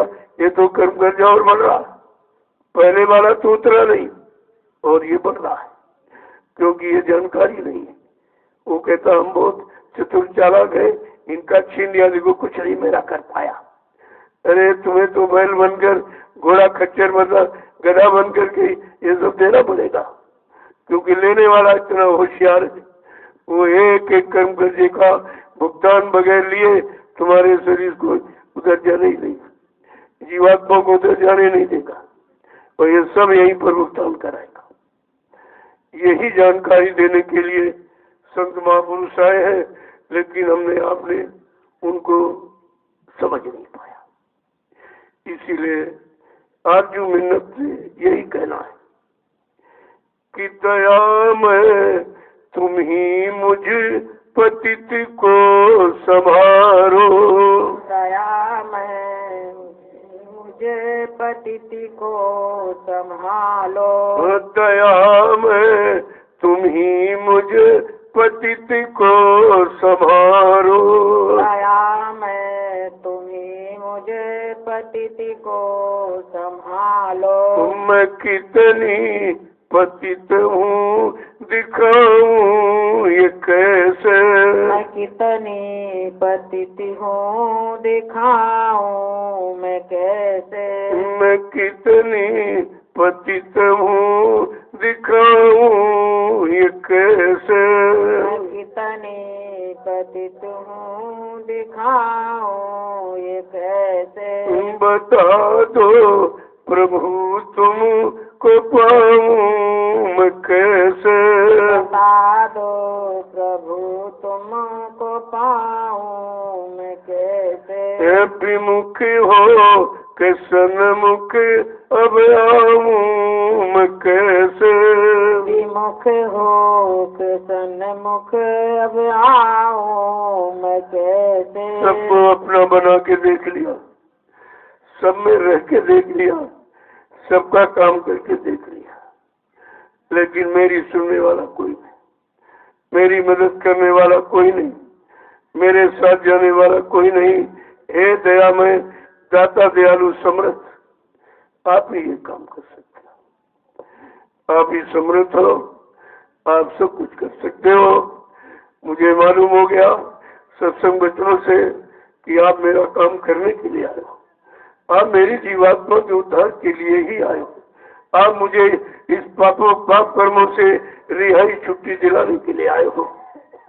कहा मैं कितना बखान बयान करूं, मैंने कभी अच्छा किया ही, जो सब बुराई सब पापी सब गुनाह ही किया है, इसलिए मैं कैसे दिखाऊं और कैसे बताऊं। न बताने के लिए मेरे पास जुबान है, न दिखाने के लिए कोई युक्ति है। आप तो अंतर्यामी घटघरवासी हो, सब कुछ देखते हो, सब कुछ जानते हो। हे दयामय, हे दाता दयालु, आप मेरी संभाल कीजिए, आप मुझे संभाल लो। आप ही यहाँ से निकाल सकते हो, आप ही घर पहुंचा सकते हो। जब इस तरह का कि विनय प्रार्थना अर्चना वंदना प्रार्थना जब अंतःकरण से की जाती है तब वो पुकार सुनता है, ऐसे कुछ होने वाला नहीं है। देखो ये सब बिना सत्संग तो जानकारी हो ही नहीं सकती, और सत्संग ही जब सत्य की जानकारी कराएगा और सत्य का संग कराएगा और सत्य लोग सचखंड पहुंचाएगा, बाकी कोई युक्तियां नहीं। ये सब अगर महापुरुषों ने सत्संग को जारी न किया होता तो समझ में कुछ नहीं आता कि सच्चा क्या है, अच्छा क्या है, बुरा क्या है, मतलब भला क्या है, सत्य क्या है, झूठ क्या है, पाप क्या है, पुण्य क्या है, कुछ समझ में नहीं आता। ये जब धीरे धीरे सत्संगों में शामिल शरीक हुए तो कुछ थोड़ी थोड़ी पहचान हमें आपको हो पाई, बहुत थोड़ी थोड़ी। अभी पूरी पहचान नहीं है, पूरी पहचान होती तो अपने काम में लग जाते, फिर हम दूसरे काम को थोड़ी करते, दूसरे के काम को अपना काम समझकर इसमें हम समय बर्बाद थोड़ी करते। लेकिन अभी हम समझी कहाँ पाए कि हमारा काम क्या है।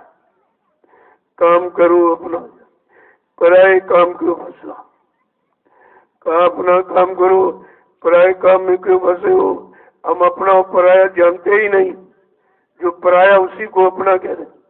ये शरीर पराया, इसी के लिए रात दिन लगे, सजाने में, खिलाने में, पिलाने में, इधर से उधर लेने में, झपटने में, छीनने में, सारा समझ इसी में जा रहा, क्योंकि हमने अभी अपना जाना ही नहीं। इसलिए महापुरुषों ने एक एक बात को खोल के कैसे कहा, हमारी सारी अज्ञानता अंधकार को दूर करने के लिए सब रिश्तों की जानकारी किया कि देहरी तक पत्नी का नाता, देहरी तक ही पत्नी का नाता, पोली तक माँ का नाता है, और मरघट तक जाते ये भाई बंधु, पर हंस अकेला जाता है। कोई साथ में जाते देखा किसी को? जिनको साथी बनाया, अपना माना, लेकिन तुम्हारा कोई साथी नहीं। जब तुम चले तो कोई साथ नहीं चला, सब मरघट तक आंसू गिरा के वापिस लौट आएंगे, तुम्हारे साथ कोई नहीं जाएगा। और इस शरीर को जिसको सजाने खिलाने फलाने में सारा समय आपने खर्च किया, वो तुम्हारे सामने नंगा करके जलाया जा रहा, एकदम राख मिट्टी में मिला दिया, अकल सगल सब खत्म कर दिया। लेकिन समझ में अभी कहाँ आया, क्योंकि अगर अपना कोई होता या अपना किसी को बनाया होता तो तुमको अपनी जानकारी देता कि तुम्हारी असली चीज क्या है, असली संगी साथी तुम्हारा यहाँ कौन, जो इधर भी साथ दे उधर भी साथ। यहाँ तुमको सिखाए पढ़ाए और उधर चलाए और घर पहुंचाए, वो अपना है। वो कौन है कि संगी साथी गुरु को लेना, इस संगी साथी गुरु जी को लेना, और भेद इन्हीं का जाना है, और सुरति शब्द का साधन करके और अपने घर चढ़ जाना है, फंसना नहीं देश बिराना है। का साधन उधर जाने का, यहाँ की सवारी ये 4 पहिए 2 पहिए ये नहीं जाएगी उधर सूरत शब्द का साधन। ये सूरत माने जीवात्मा, ये शब्द को जब पकड़ लेगी, शब्द उसका साधन है, शब्द उसका आधार है, शब्द उसको घर पहुंचाएगा। जब तक सूरत का शब्द से साथ नहीं होगा, और शब्द से साथ कौन कराएगा? जब शब्द भेदी नाम भेदी संत सदगुरु मिलेंगे, वो शब्द की का आधार बनाए बताएंगे और शब्द पकड़ाएंगे। इसी शब्द को नाम कहते हैं। एक ही बात है, जब नाम मिल जाए यानी नाम दास देंगे, पैसा नहीं लेंगे, फीस नहीं लेंगे, दान में देंगे। का नाम को जब दान में देंगे, वो दानदाता समृद्ध दाता हमारी जीवात्मा को जगा के घर पहुंचाएंगे, बाकी कोई नहीं पहुंचा सकता। कितनी बड़ी जानकारी देखिए आप। का संगी साथी गुरु जी को लेना, और भेद इन्हीं का जाना है, और सुरति शब्द का ये साधन करके और अपने घर चढ़ जाना है, फंसना नहीं देश बिराना है। कितना स्पष्ट कहा, फंसना नहीं, तुम्हारा नहीं देश है। ऐ जीवात्मा तुम्हारा घर सतलोक है, ऐ मन तुम्हारा घर तृप्ति धाम, तुम दोनों यहाँ पर मुसाफिर हो, तुम मुसाफिर दोनों। तो कहते हमें करना फिर क्या है? कोई नया काम तो हम कर नहीं सकते, शक्ति सामर्थ्य नहीं, लेकिन जो पुराना करके फंसे हैं का उसी से अलग होना, नया नहीं करना। जिन पुराने कामों में हम फंसे पड़े हैं, जिनको अपना समझ करके, तो क्या है कौन से कि इंद्रिय द्वारे बंद कर रखना, इंद्रिय द्वारे ये बंद कर रखना, और मन पर अंकुश लाना है, फंसना नहीं देश बिराना है, और संगी साथी ये गुरु जी को लेना, और भेद इन्हीं का जाना है। ये सुरति शब्द का साधन करके और अपने घर चढ़ जाना है, फंसना नहीं देश बिराना है। कितना साफ साफ करें का, फिर हमें आपको करना क्या है? आखिरकार मानो शरीर मनुष्य मंदिर क्यों मिला, किस काम के मिला? तो समझा के कह रहे कि तन नगरी में सुरति फंसी है, इस तन नगरी में ये सुरति फंसी है, और इसको यार छुड़ाना है, फंसना नहीं देश बिराना है, और संगी साथी गुरु जी को लेना, और भेद इन्हीं का जाना है, और सुरति शब्द का साधन करके और अपने घर चढ़ जाना है, फंसना नहीं देश बिराना है। कहते ये पराया देश है, तुम्हारा नहीं है, तुम सबको यहाँ फंसा लिया गया है, अब इससे छुटकारा कौन दिलाएगा? कहा समृद्ध दाता सदगुरु दयाल को पकड़ो, वो इसीलिए आए, उनको पकड़ो या उनको अपना हाथ पकड़ा दो। हमारी आपकी पकड़ ढीली हो सकती है, लेकिन उनकी पकड़ ढीली नहीं है। सिंह दहिम सतगुरु गहिम केला फर एक बार, और तिरिया तेल हमीर हट चढ़े न दूसरी बार। का ये दोबारा के लिए नहीं रखते। जिसको पकड़ लेते हैं जब तक घर नहीं पहुंचा देते तब तक पीछा नहीं छोड़ते। ऐसे समृद्धता दयालु को जिन्होंने हमें पकड़ा, हमारी जीवात्मा को शब्द से बांधा, शब्द से जोड़ा, हम उन्हीं को न पहचान पाए हैं न अपना बना पाए। कितनी बड़ी भूल है, कितना बड़ा नुकसान हो गया। और अभी इस पर कोई गौर ख्याल नहीं, किसी अभी समझ में नहीं आ रहा कि हमारा परमार्थी नुकसान क्या हुआ, क्योंकि वो नुकसान कभी हम जानते ही नहीं थे।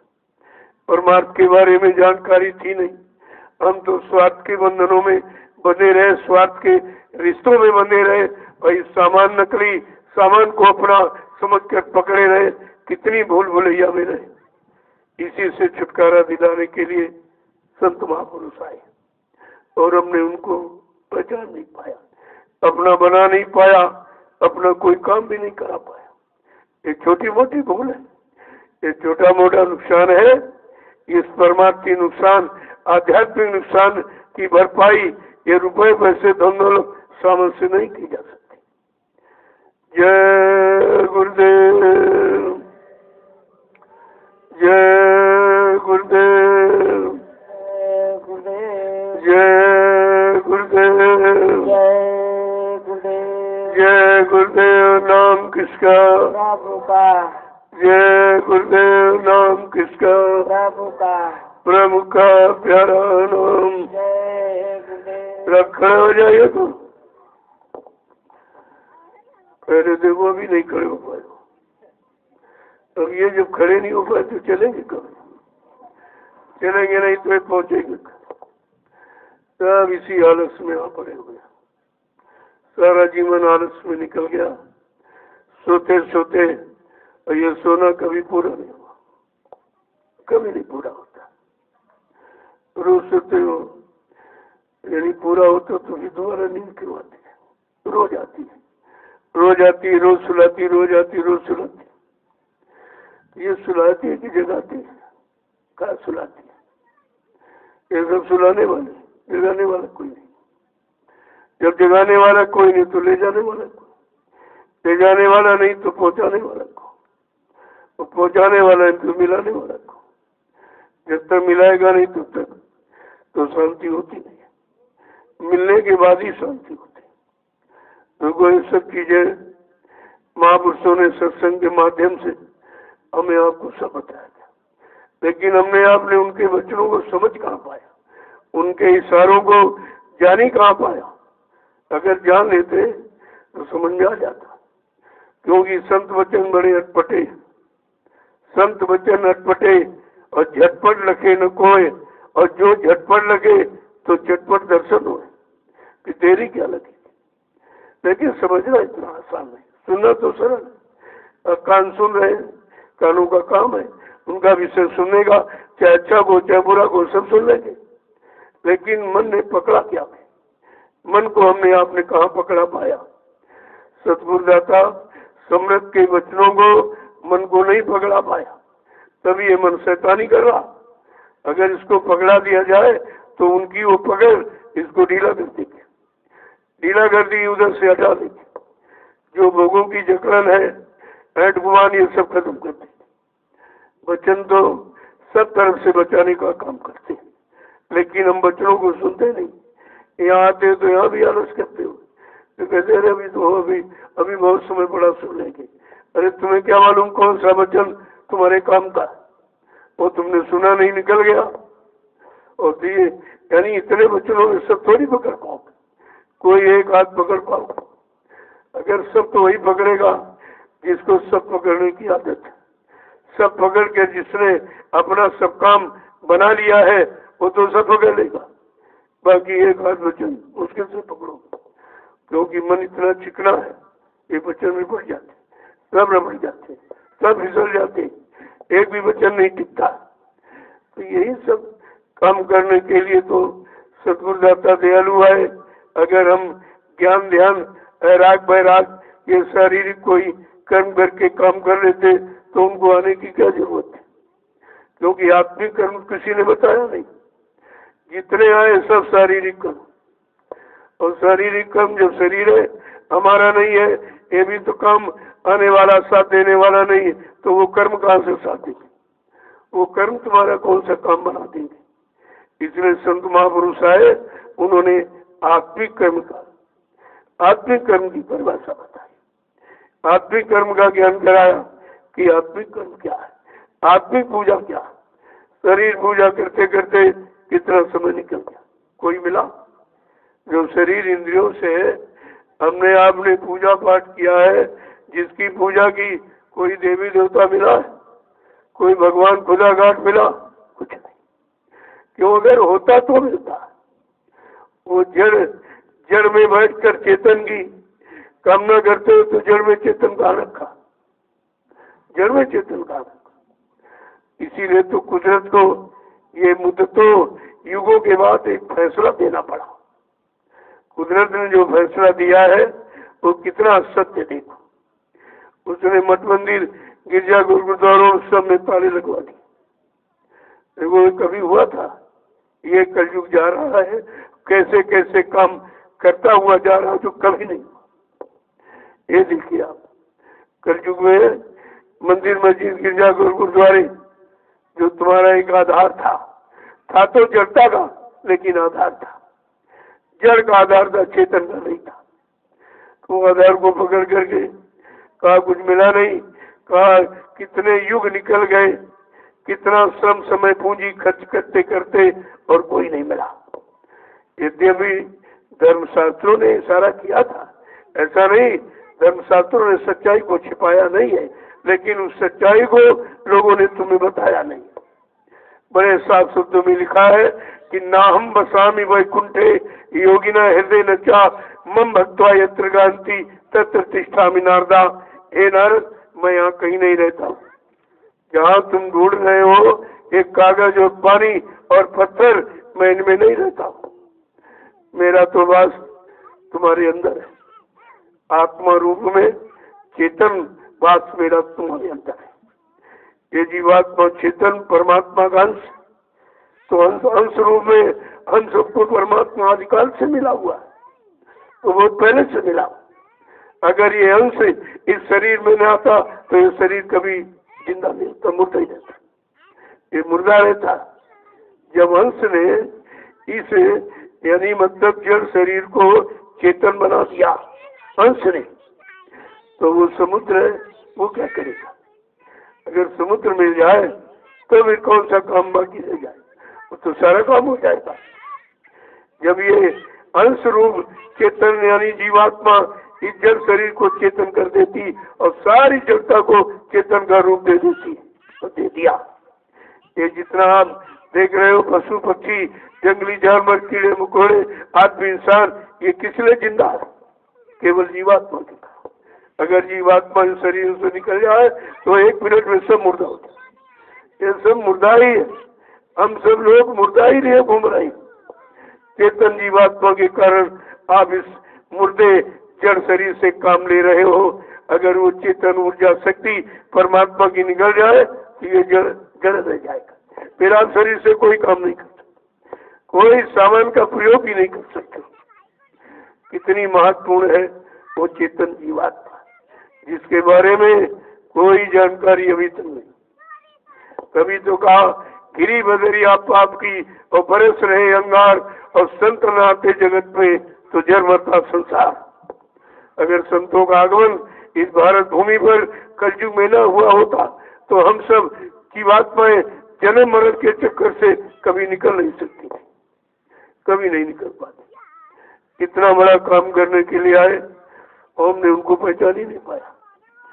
जय गुरुदेव, जय गुरुदेव, जय गुरुदेव, जय गुरुदेव। जय गुरुदेव। नाम किसका? प्रभु का। जय गुरुदेव। नाम किसका? प्रभु का। प्रभु का प्यारा नाम। जय गुरुदेव। जोर से बोले, जय गुरुदेव। सब मिल बोले, जय गुरुदेव। बोलना होगा, जय गुरुदेव। अभी से बोलो, जय गुरुदेव। दुख दर्द हरेंगे, जय गुरुदेव। सब कष्ट हरेंगे, जय गुरुदेव। सुख शांति भी देंगे, जय गुरुदेव। सबके दाता, जय गुरुदेव। सबके मालिक, जय गुरुदेव। प्रेम से बोले, जय गुरुदेव। ये नाम नहीं इंसान का, ये नाम है प्रभु ये का। काम नहीं इंसान का। ये काम है प्रभु का। देखो नाम अपनी पूरी जानकारी देगा, जितने युगों में जो जो नाम आए, जिस जिस युग में जो जो नाम आए, उनके काम, उनका इतिहास आपके सामने। लेकिन एक कलयुग का जगाया जय गुरुदेव नाम प्रभु का, ये अपनी अलग ही कोई जानकारी देगा। जो काम किसी युग में किसी नाम ने नहीं किया, वो काम इस कलयुग में जय गुरुदेव प्रभु नाम के द्वारा। तभी तो नाम की महिमा है, तभी तो नाम की कीमत होगी, तभी हम लोग नाम का उच्चारण करेंगे। अगर जो नाम काम न करे, उस नाम को कोई नहीं मानेगा। ये तो काम करने वाला नाम, और वर्तमान में हम सब कलयुग के जीवों का काम करने वाला। हमारा काम और किसी पिछले नाम से नहीं होगा। किसी युग के नाम को आप दोहराइए, कोई काम हुआ? कितने यानी निकल गए सीताराम राधे श्याम और हरि नाम कहते कहते, कोई काम नहीं हुआ। मुसीबतें और बढ़ गई, परेशानियां और बढ़ गई, बीमारियां और बढ़ गई, लड़ाई झगड़े और बढ़ गए, मारकाट हिंसा और बढ़ गई। ये तो सब बढ़ती चली जा रही, समाधान उन नामों से नहीं।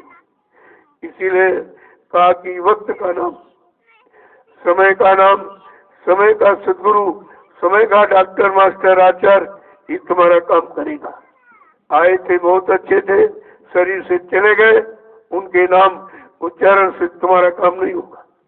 तुमको तो अपने समय का चाहिए, यही सिद्ध जानकारी करनी चाहिए थी। जय गुरुदेव। कुदरत को इसीलिए फैसला देना पड़ा, ये जानकारी देनी पड़ी कि सब के सब इसी जड़ में फंसे पड़े हैं और जड़ से उम्मीद कर रहे हैं, जड़ में आस लगाए बैठे। अरे भाई, जड़ कभी चेतन हो ही नहीं सकता, जड़ तो जड़ ही है। अगर चेतन मिल जाए तो हमें जगा देगा। जैसे सोते हुए व्यक्ति से कहो तुम हमें जगा देना, वो खुद ही सो रहा, तुम्हें क्या देना। वो तो कोई जाग रहा, उससे कहो अरे भाई हमको जगा देना, तो जगा देगा आपको। इतनी छोटी बात से हम बड़ी बात नहीं समझ पा रहे, तो कुदरत को समझाना पड़ा। ये सब अज्ञानी है, सब जड़ता की ममता में फंसे बैठे हैं, और जड़ में देवी देवता भगवान खुदा घाट सदगुरु की कामना करते हैं। तो वो समझाने के लिए कुदरत ने इनमें ताले लगा दिए। अगर आप घर के अंदर हो तो ताला लगाने दोगे आप? मोटी बात है। अगर इनमें देवी देवता हो तो ताला लगाने देता, देवी जी मंदिर में होती तो ताला लगाने देते, या भगवान खुदा घाट हो तो ताला लगाने देता, या सच्चा सदगुरु गुरुद्वारों में होता, इन इमारतों में, तो ताला लगाने देता। इतनी छोटी बात अभी तक नहीं समझ पाए, कुदरत को समझाना पड़ा। और ये सब सोचते थे कि देखो ताला लग गया है, अब इनका विनाश हो जाएगा, इनका सर्वनाश हो जाएगा। इन्होंने भगवान के घर में, देवी देवता घर में ताला लगा दिया, कहा इनका विनाश हो जाए। और उनको जुकाम तक नहीं हुआ, किसी को कुछ नहीं हुआ। ये सब प्रमाण है, इससे सच्चा प्रमाण मतलब यानी और हो ही क्या सकता है। लेकिन फिर भी तो समझ में नहीं आ रहा, क्यों जगंधा पुण्य अंधा ताते मच गई अधा धुंधा। यहाँ तो अधा धुंध ऊंची हुई, किसी की समझ में सच्चाई नहीं आती है। और सच्चाई बताने वाले जब संत महापुरुष आए, उनको भी किसी ने नहीं समझा कि हमें सच्चाई की तरफ मोड़ने वाला, सच्चाई की तरफ खड़ा करने वाला, सही सच्चे रास्ते पर चलाने वाला और सही सतलोक सचखंड पहुंचाने वाला कौन है, उसकी भी तो जानकारी नहीं हुई। जबकि वो पूरी जानकारी देने ही आए, और एक साल नहीं, एक दिन नहीं, 60 वर्ष। 10 जुलाई 1952 से 2012 बाबा जय गुरुदेव जी महाराज ने सारे हिंदुस्तान में घूम घूम कर ये सब जानकारी दी कि सत्य क्या है, झूठ क्या है, असल क्या है, नकल क्या है, ये पूरी जानकारी थी। लेकिन कितने लोगों ने ली? जो जुड़े वो भी नहीं बेचारे ले पाए।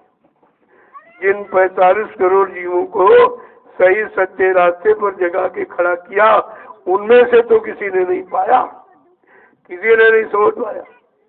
सबके सब शंका संदेह बोल भर में रह गए और सबके अंदर विश्वास हो गया कि चले गए चले गए चले गए। तो हमने कहा भाई काम कौन करेगा? तुम कहते हो काम करने वाला चला गया तो ये काम करेगा कौन? ये काम तो किसी के बस का है नहीं। न किसी ने ऐसी कभी आवाज लगाई, न ऐसा नाम प्रभु का किसी ने जगाया।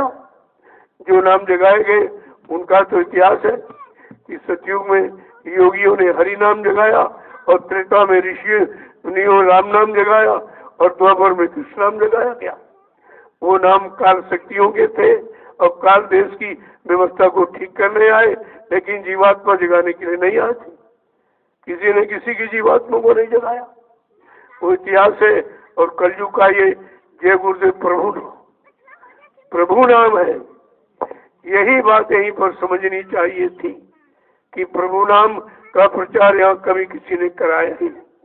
प्रभु नाम लेके कोई आया नहीं और प्रभु नाम जगाया नहीं गया, तो फिर काम कैसे होता? गोस्वामी जी महाराज ने रामचरितमानस के उत्तरकांड में स्पष्ट प्रमाण दिया है। एक अनीय नामा अज सच्चिदानंद प्रभु धामा। एक ही अनामी धाम है, वहाँ एक अनामी महाप्रभु है। जब अनामी महाप्रभु स्वतः मानव चोला धारण करके मृत्यु लोक मंडल पर आएंगे, प्रभु नाम को जगाएंगे, सिद्ध करेंगे, प्रभु नाम का प्रचार कराएंगे, प्रभु नाम से जीवात्माओं को जोड़ेंगे और भवसागर में प्रभु नाम का बेड़ा लगाकर इन जीवात्माओं को प्रभु धाम पहुँचाएंगे। तब जीवात्माओं का आवागमन खत्म हो जाए, इसके पहले नहीं। और जितने नाम युगों में आए उससे कोई आवागमन खत्म नहीं हुआ, न हरि नाम से, न राम नाम से, न कृष्ण नाम से। अगर आवागमन खत्म होता तो यहाँ कोई नहीं होता, ये सब सुनते चली गई होती। ये तो प्रमाण सामने है कि कोई नहीं गया, कोई नहीं जा पाया। वो नाम काम करने के लिए आए थे, शारीरिक काम, सामाजिक काम, यानी मतलब ये पारिवारिक सामाजिक जीवन को पाक साफ निर्मल पवित्र बनाने के लिए आए थे। लेकिन जीवात्मा के उद्धार के लिए कोई नाम नहीं आया था। ये सब जानकारी लेनी चाहिए, तभी तो आपकी समझ में आएगा। जय गुरुदेव, जय गुरुदेव, जय गुरुदेव, जय गुरुदेव। नाम किसका? प्रभु का। जय गुरुदेव। नाम किसका? प्रभु का। प्रभु का प्यारा नाम। जय गुरुदेव। अब आप लोग भी बड़ी बड़ी सेवा में चलो। यहाँ आए हो तो कुछ न कुछ सेवा जरूर करो। सेवा से शरीर मांझा जाता है, ये साबुन पानी से नहीं साफ होता। सेवा से गंदगी उतरती है, तो कुछ न कुछ सेवा जरूर करो। आए हो तमाम तरह की सेवाएं हैं, करने वाले के लिए कमी थोड़ी है सेवा। इतना बड़ा आश्रम है, इतनी जगह है, कोई सी चीज पकड़ लीजिए आप। लेकिन बात तो ये है कि जिसे नहीं करना तो लाख बहाने बताएगा, जिसे करना है कोई बहाना नहीं। पर से बोला उठा, देखा भाई क्योंकि आश्रम आपका, ये जमीन आपकी गाड़ी कमाई से ली, किसी सेठ साहूकार की जमीन का पैसे से नहीं। आपने जो, मैंने तो कोई सेवा मांगी नहीं, न पहले ना मांगता हूँ। जो आपने श्रद्धा सेवा भाव से 1 रुपया 2 रुपया 10 20 50 जो भी आपने दिए, मैंने उनको बहुत संभाल के रखा। उसी तुम्हारी यानी कमाई से ये जमीन खरीदी। ये जमीन ये आपकी है, आपकी गाड़ी कमाई से ली, और जो भी इसमें हो रहा ये भी आपके लिए। ये सब भंडारे की सामग्री है कि जो लोग हैं वो रोज इस्तेमाल करें, और जो आएंगे उनको भी इसका वो तब लाभ मिलेगा। तो जो भी इस पर जमीन पर हो रहा हो सब आपके लिए, आगे आने वाले लोगों के लिए वो तुम्हारा परमार्थी लाभ जुड़ जाएगा। तुमको जो लाभ मिल रहा हो तो स्वार्थ का, और जो तुम्हारे से यहाँ व्यवस्था बन जाएगी और उससे जो भविष्य में आने वाले लाखों लोग लाभ उठाएंगे वो तुम्हारा परमार्थ हो जाएगा। ये दोनों तरफ का लाभ है। जो आपने पहले दिया तो उससे ये अब जो दे रहे हो ये सब निर्माण कार्य हो रहा।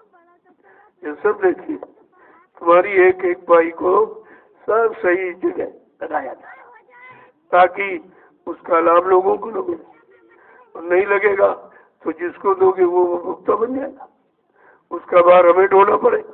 तो हम ऐसा काम क्यों करें? हम ऐसा काम नहीं करते। जो आपने पहली बात तो मैंने मांगे नहीं किसी से, क्योंकि हमारे गुरु ने हमें भिखारी बनाया नहीं। नामदान दिया, कहा जल्दी से नाम की कमाई करो, जीवात्मा जाग जाएगी। जिसकी जीवात्मा जाग गई उस महात्मा के कदमों में ये सब लोगों ने अपना राजपाट धन दौलत बिना मांगे न्यौछावर कर दिया। ये बिना मांगे ही समझ गए हमारा सही जगह लगेगा। तो ये आप तो देख ही रहे हो कि जो आपने दिया वो ये लगा है, और जो दे रहे हो ये लग रहा चारों तरफ। ये सब काम आपके सामने हो रहा। मेरा कोई काम पर्दे में नहीं, सब बिल्कुल सामने खुला। न मेरा कोई बैंक बैलेंस है, न मेरा कोई खाता, न मेरे कोई बीवी बच्चा कि जिसके लिए मैं झूठ बोलूंगा या आपको धोखा दूंगा। ये काम नहीं होता। जो है सब आपके सामने। यही तो सच्चाई लोगों को इस समय मजबूर कर रही है, और सबकी पोल खुल रही है कि भाई तुमने अभी तक क्या किया। जो लिया वो कहाँ लगाया, या ले रहे हो वो कहाँ लगा रहे हो। ये सब सच्चाई नैमिषारण्य की तपोभूमि सबकी पोल खोल देगी और सबको सच्चाई का रास्ता दे देगी। ये तो 88,000 ऋषियों की तपोभूमि है। इतनी पावन पवित्र भूमि कहीं नहीं। इसी भूमि के लिए तो महापुरुष का इशारा और लोगों ने समझ नहीं पाया। इसी नदी को उस पार 10 जुलाई से 23 जुलाई 1997 में जब गुरु पूर्णिमा का कार्यक्रम किया, और तो आखिरी दिन बाबा जी ने क्या कहा बच्चा ये 88,000 ऋषियों की तपोभूमि है, यहीं से सतयुग के अंकुरण निकलेंगे। तो अंकुरण कोई आसमान में निकलेंगे? अरे सबका आधार तो जमीन ही है। तो इस भूमि पर जो भी किया जा रहा ये सब सतयुग के आदेश अनुसार, बगैर उनके आदेश के मैं कोई काम नहीं करता हूँ। हमको करने की जरूरत क्या, अपनी तरफ से भाई जो इनका इशारा हुआ है या हो रहा है उसी को सामने रख करके ये काम किया जा रहा। अब तुम उस इशारे को न समझ पाओ तो हम उसके लिए क्या करें। जय गुरुदेव। मैंने कोई काम अपने मान सम्मान लोभ लालच का नहीं, ये सबको पता, क्योंकि मैंने 8 वर्ष जो संदेश दिया घूम घूम कर पूरे हिंदुस्तान में बड़े बड़े मंच लगा। 8 वर्ष, वो भी अपनी मनमुक्ता में नहीं, शासन प्रशासन से परमिशन लेकर, आदेश लेकर, सबकी सहमति, तब मैंने ये संदेश प्रसारण किया। और उसमें कोई अपनी बात नहीं, अपने मान सम्मान की बात नहीं कही, अपने लोभ लालच की बात नहीं कही। सब सतगुरु दाता दयालु के वचनों का प्रसारण किया, जो उन्होंने अच्छे समय को लाने की, अच्छे सच्चा समय बनाने, अच्छे सच्चे समाज के निर्माण के लिए जो जो उन्होंने कहा, मैंने उन्हीं के वचनों की पुनरावृत्ति की, उन्हीं वचनों को दोहराया। आज भी दोहरा रहा हूँ। मैं अपनी तरफ से कुछ नहीं कहता हूँ, क्योंकि जो कहा महापुरुषों ने वो होने वाला है, और जो हम आप कहोगे वो नहीं होगा। वो उनके वचनों के अनुसार होगा, तो उन्हीं के वचनों का लोगों के सामने रखा गया। 8 वर्ष सबने सुना, तो मेरे पास प्रमाण सब उसका से थोड़ी, मैं उसका पूरा प्रमाण बना के रखा, और मेरा कैसेट सारे हिंदुस्तान में सब लोग सुने और सुन रहे हैं। और आज भी देखिए अभी बंद नहीं, जबकि हिंदुस्तान में अब कहीं संदेश प्रसारण नहीं हुआ, कोई कुछ नहीं कह रहा, सब मौन है। लेकिन नैमिषारण्य की तपोभूमि बराबर संदेश दे रही, यहाँ से संदेश बराबर जा रहा, और सब सुन रहे। सबकी समझ में आ जाएगा, अरे भाई सच्चाई अच्छाई क्या है। वो तो बनावटी तो थोड़े दिन रहता, जो असलियत है वो हमेशा रहता, एक समान हमेशा चलता है। तो ये संदेश बराबर लोगों के काम तक जा रहा, सब सुन रहे, क्योंकि इसकी जरूरत आवश्यकता है। इसी की तो आज समाज देश को इसी की जरूरत है। अगर ये सब चीज सब लोग करने लगे तो बहुत जल्दी हो जाए। अब अकेला मैं हूँ तो कितना कर पाऊंगा? यानी सदगुरु दयाल की दया से जो हुआ वो तो हो ही रहा, और अभी उन्हीं की दया से हो रहा। ये किसी इंसान की बस की बात नहीं है ये कर सकते। यहीं से लोगों को समझना चाहिए। जय गुरुदेव, जय गुरुदेव, जय गुरुदेव। नाम किसका? जय गुरुदेव। नाम किसका? प्रभु का प्यारा नाम।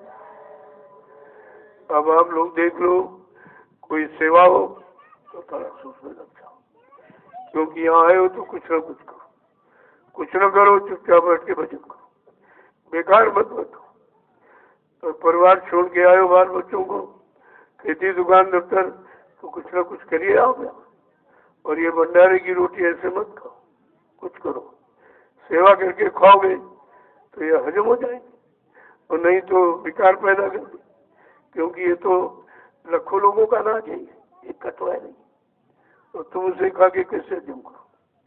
तो कहा सेवा करो। न कोई सेवा हो तो बैठ के भजन करो।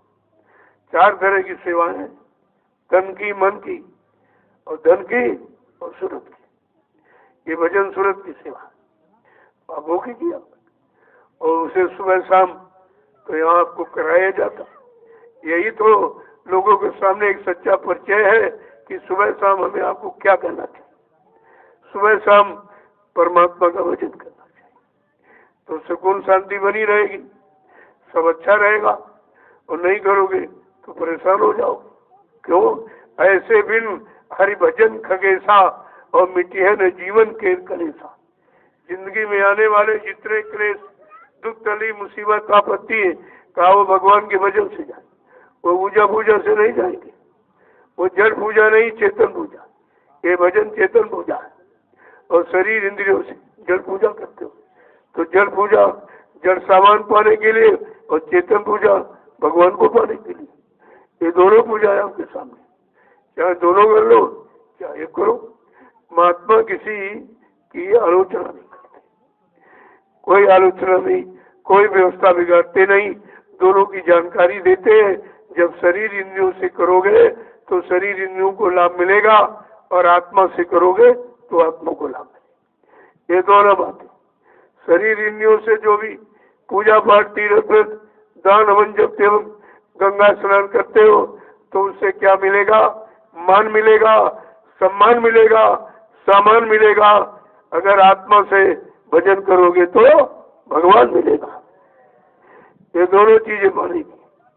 आपको तो समझ लेना चाहिए कि अब हमें करना क्या चाहिए।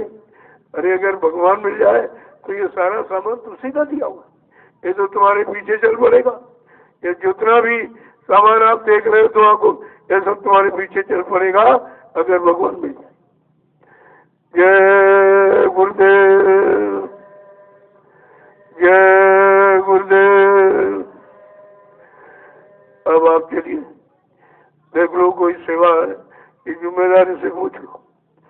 नहीं तो ये आपका सब्जी फार्म है, ये भंडारे की सामग्री है। आप आए हो, आप इस्तेमाल करोगे, और जो भी आएंगे वो सब करेंगे। तो यहाँ जो भी सामान सब आप ही करते हो। अपना समझकर इस समाज की, सामान की देखभाल, सुरक्षा आपको करनी चाहिए। ये नहीं आए हो तो जो सामान पड़ा घूमते चले जा रहे हो, नहीं भर उठा उसको किधर रखो, क्योंकि जो भी सामान है ये सब तुम्हारा है, तुम्हारी गाड़ी कमाई से। मैं तो रोज कहता हूँ, जो भी ईंट पत्थर रोड़ी कहीं खेत में कोई बड़ी फोरन, उसको उठाइए वही जगह रखो, क्योंकि एक एक रोड़ी में ये तुम्हारा पैसा लगा, उसी से खरीदी गई। तो ये अपना क्यों नहीं समझते हो? जब अपना नहीं समझोगे तभी तो आप परेशान रहते हो। तो यहाँ जो भी सामान है सब आपका, और आपकी एक व्यवस्था है, और जो लोग आएंगे उनके लिए व्यवस्था बनेगी उसी से। तो ये सब यही समझना कि सब भाई अपना है, सब कोई ईंट है, कोई रोड़ा है, कोई टुकड़ा कहीं पाओ उधर देखिए सब तमाम, जहाँ कहीं मिल जाए फोड़ उठाओ, उसको फोड़ो, अगर बड़ा है तो छोटा कर दो फोड़ के, तुम्हारी सेवा मिल गई तुमको। तुम पहले तो आए नहीं थे, जब ये मिट्टी पड़ी, जो लोग पहले आए उनको मिट्टी की सेवा मिली, जो पीछे से आए उनको बनाने की सेवा मिली। अब आपको इसमें जो फर्श बनना है तो इट्टी रोड़ा ईटा कहीं पड़ा हुआ उसको खाओ और फोड़ के रखो, तो तुम्हारी सेवा उसमें लग जाएगी। तो सबको सेवा मिले ऐसी व्यवस्था बनाई जाती है। तो अब आप एक रोड़े से सबकी व्यवस्था कैसे होगी? जो लोग उठा के ले आए उनकी सेवा, जिन्होंने उसको फोड़ा छोटा रूप किया उनकी सेवा, और जो यहाँ से उठा के वहाँ ले गए उनकी सेवा, और वहाँ से जिन्होंने उस कमरों में डाला उनकी सेवा, जिन्होंने कुटाई की उनकी सेवा, फिर जो प्लास्टर करेंगे उनकी सेवा, जो उस पर आकर बैठ के भजन करेंगे सेवा करेंगे उनको भी सेवा। देखिए रोड़े से कितनी सेवा, बात समझने की है। जब समझ लोगे तो सब काम आसान हो जाएगा, नहीं समझो तो उसी में उलझ जाओगे, उलझ गए तो परेशान आप हो जाओगे। जय गुरुदेव, जय गुरुदेव, जय गुरुदेव। अब आप लोग चलिए देख लो कोई सेवा, मैं शाम को मिलूंगा, कल भी मिला था, आपको प्रसाद दे दिया, जो जाने वाले जा सकते हैं। कोई विशेष इमरजेंसी किसी को रहती है तो मैं 2 बजे, इसके पहले नहीं मिलूंगा। 2 बजे तो जो लोग आते हैं परेशानी में है कोई चीज तुमसे 2 बजे मिल लिया जाता है। बाकी शाम को आप आओ तो सेवा करो, आप जल्दबाजी भगने की मत करो। आए और चले गए तो मतलब क्या निकला? इस तपोभूमि पर आए हो तो कुछ न कुछ तपस्या करो। एक कलयुग की छोटी मोटी तपस्या है जिसे सेवा का रूप दिया गया, यही तपस्या है। तो मिट्टी पड़ गई सब, देखो ये मिट्टी उधर उधर ये सामने और थोड़ा यानी मतलब छप्पर डाल दिया जाए तो ज्यादा प्रेमी बैठ जाएंगे। वो थोड़ा नीचा है उधर उसका, उसको मिट्टी से उसके बराबर कर दो, और वे जो मिट्टी लाए उनकी सेवा, जो कुटाई करे उनकी सेवा, कूट कर मजबूत बना दे उसको। फिर जो छप्पर बना रहे उनकी सेवा, वो छप्पर उठा के यहाँ रखा जाएगा उनकी सेवा। फिर जितने लोग आएंगे रहेंगे उनकी सेवा, और रहकर जो सुमरन ध्यान भजन करेंगे वो वो लाभ उनको मिलेगा जो मिट्टी डाल के जगह बना रहे या छप्पर छा रहे उनको लाभ मिलेगा। ऐसा नहीं है, सबका लाभ है इसमें, सबको लाभ देने का ये तरीका युक्ति कोई न कोई बना दी जाती, जिससे जो प्रेमी आए कुछ न कुछ सेवा करें उनको लाभ मिल जाए। तुम्हारे लाभ का ये सब सामान तैयार है, अब तुम लाभ न ले पाओ तो उसके लिए क्या है? चलो चलो उठो, जल्दी जाओ, फौरन चलो उधर, अभी बता दिया जाए कहाँ से मिट्टी आनी, ले आइए डालो। जय गुरुदेव। जहाँ कल से मिट्टी जहाँ से आई थी कल, तो वहीं से आएगी, वहाँ डालिए आप जल्दी से। कुछ लोग डालेंगे, कुछ वृद्ध बूढ़े नहीं चाहे जा पा रहे तो बैठ के उसकी कुटाई करें, सेवा सबको मिलेगी। जय गुरुदेव। चलो आप चलिए, चलो जल्दी चलो, मैं शाम को मिलूंगा।